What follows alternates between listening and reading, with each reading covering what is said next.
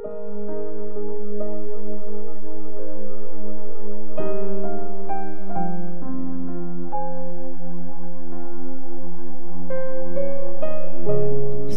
chapter 1. Ang trono ng Diyos. Noong panlimang araw ng pang-apat na buwan ng pang-13 na year, nandun ako sa may ilog ng Chebar sa Babylonia. Nakatira ako doon kasama ng iba pang mga Diyos na pinatapon.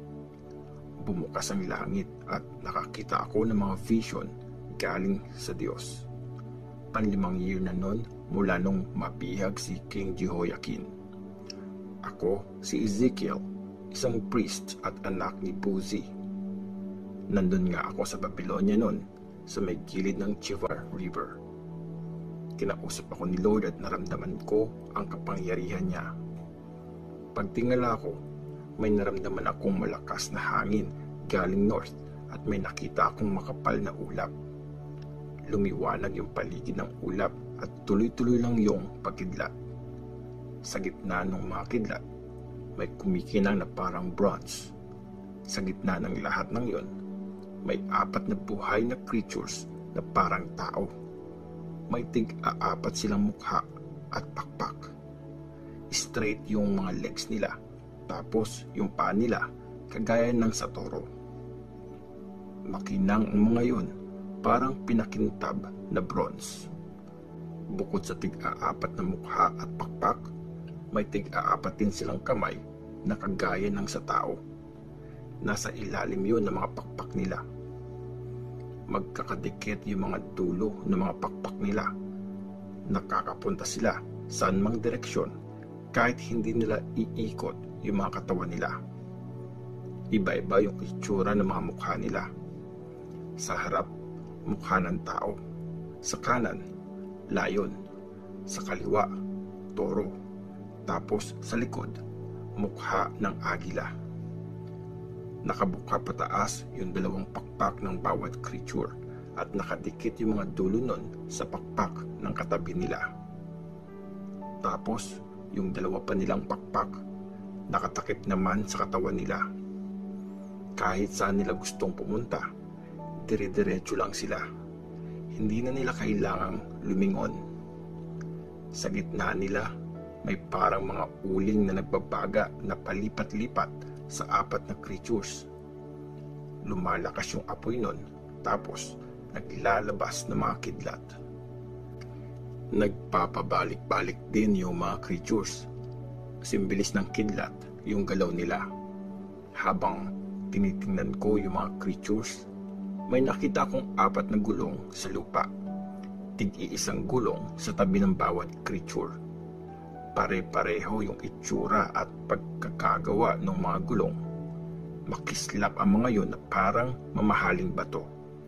Tapos, yung pagkakagawa parang gulong na nasa loob ng isang gulong. Nakakagalaw ang mga yon sa lahat ng direksyon kahit hindi pumipihit. Malalaki at nakakakilabot yung rim ng mga gulong. Tapos, puro mata yung palibot nun.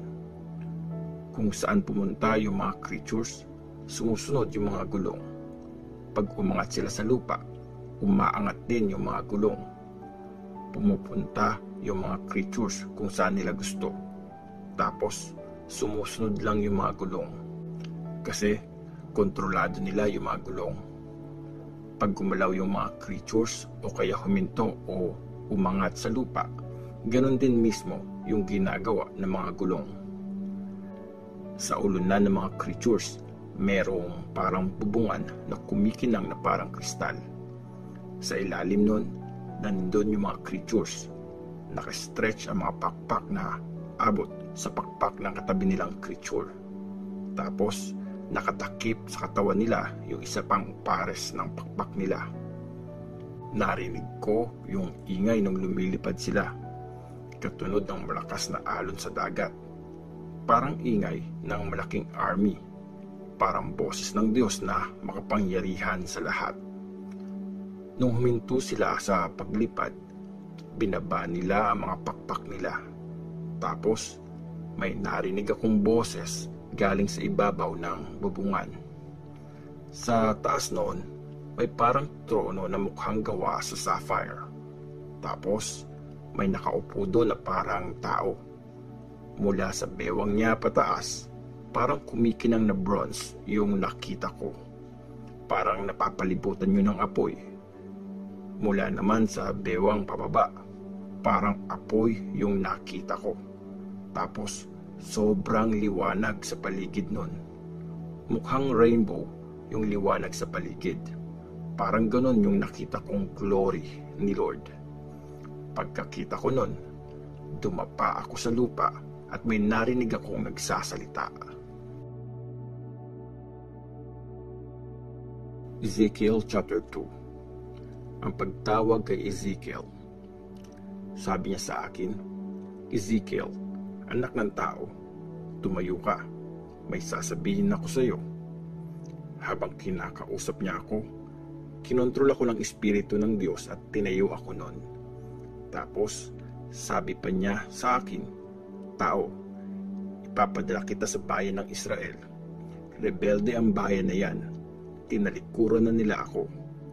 Sinuway ako ng mga ninuno nila at sinusuway pa rin nila ako hanggang ngayon.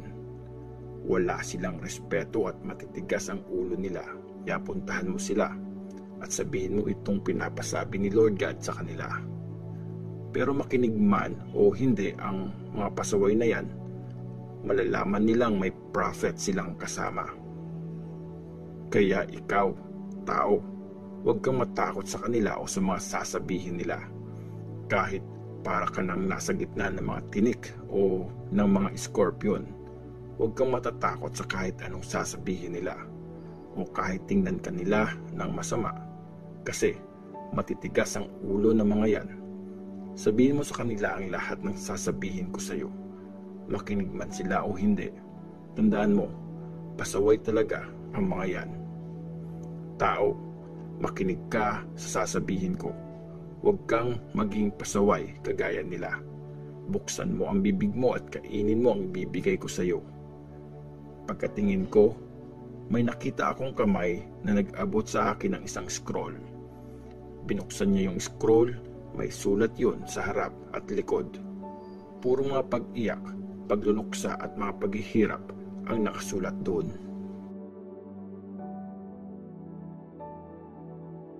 Ezekiel chapter 3. Sinabi ng Diyos sa akin, tao, kainin mo ang scroll na ito, tapos lumakad ka na at magsalita ka sa bayan ng Israel. So, binuksan ko ang bibig ko at pinakain niya sa akin yung scroll. Sabi niya, tao, kainin mo itong scroll na binibigay ko. Magpakabusog ka dito. Kinain ko nga ito at kasing tamis yun ng honey. Tapos, sabi pa niya sa akin, tao, pumunta ka sa bayan ng Israel at sabihin mo ang lahat ng pinapasabi ko. Sa mga Israelites kita pinapapunta, hindi sa mga bansang may language na mahirap intindihin. Kung papupuntahin kita sa mga bansang hindi mo naiintindihan ang language, sigurado makikinig sila sa iyo. Pero itong mga Israelites, hindi ka nila pakikinggan kasi ayaw nila makinig sa akin. Matitigas talaga ang ulo nila at ayaw sumunod. Kaya ngayon, ikaw ang itatapat ko sa kanila. Patitigasin ko ang puso mo kagaya nila. Gagawin kitang kasing tatag ng bato at kasing tigas ng diamond. Huwag kang matakot sa kanila o sa masasamang tingin nila kasi pasaway talaga ang mga taong yan. Sinabi pa niya sa akin, tao, pakinggan mong mabuti ang lahat ng sasabihin ko sa iyo. Tandaan mo lahat ng ito. Tapos, pumunta ka sa mga kababayan mong pinatapon at sabihin mo sa kanila itong pinapasabi ni Lord God. Pakinggan ka man nila o hindi. Tapos, inangat ako ng espiritu at may narinig akong malakas na ugong ng boses at ang sabi, purihin ang nagniningning na presensya ni Lord sa kalangitan. Narinig ko yung mga pakpak ng creatures na nagkakatamaan at yung ingay ng mga gulong.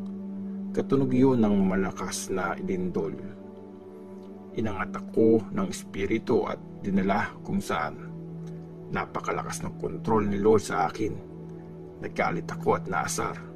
So, pumunta ako sa Tel Aviv, sa may tabi ng ilog ng Chebar, kung saan nakatira yung mga binihag. Nagstay ako doon ng 7 araw. Gulat na gulat ako sa mga nakita ko at narinig. In-appoint ni Lord si Ezekiel para magbantay. After ng 7 araw, kinausap ako ni Lord. Sabi niya, "Tao, ikaw ang gagawin kong bantay sa bayan ng Israel. Sa tuwing may sasabihin ako, sabihin mo rin yon sa kanila para ma-warningan sila. Pag sinabi ko sa masamang tao na mamamatay siya pero hindi mo siya winarningan o hindi mo siya pinagsabihan na magbago para maligtas, mamamatay nga ang taong yun dahil sa kasalanan niya, pero ikaw ang sisisihin ko sa pagkamatay niya. Pero pag winarningin mo yung masama at hindi siya tumigil sa paggawa ng masama, mamamatay siya dahil sa kasalanan niya, pero absuelto ka na dun.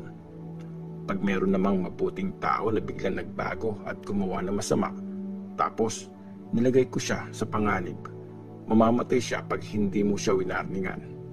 Mamamatay siya dahil sa kasalanan niya at kakalimutan ko na lahat na mabuting ginawa niya. Tapos, ikaw ang sisingilin ko sa pagkamatay niya. Pero pag winarningan mo ang mabuting tao na huwag magkasala, tapos nakinig siya sa iyo, mabubuhay siya at maliligtas din ang buhay mo." Hindi makakapagsalita si Ezekiel. Kinontrol ako ng kapangyarihan ni Lord at sinabi niya sa akin, "Tumayo ka at pumunta ka sa valley. Kakausapin kita doon." So, pumunta nga ako sa valley at nakita ko doon ang liwanag ng presensya ni Lord, kagaya ng nakita ko sa tabi ng Chebar River. Dumapa ako sa lupa, pero kinontrol ako ng Espiritu ng Diyos at tinayo niya ako. Tapos, sinabi niya sa akin, "Umuwi ka at magkulong ka sa bahay mo. Ikaw, tao, ay tatalian ng tubig para hindi ka makalabas at makasama sa mga tao. Ididikit ko yung dila mo sa ngalangala mo para hindi ka makapagsalita at di mo sila mawarningan. Kasi hindi talaga sumusunod ang mga taong yan. Tapos, pag kinausap na ulit kita, makakapagsalita ka na at sasabihin mo sa kanila ang pinapasabi ni Lord God. May ilan sa kanilang makikinig, pero yung iba, hindi ka papansinin. Hayaan mo lang sila kasi pasaway talaga ang mga taong yan."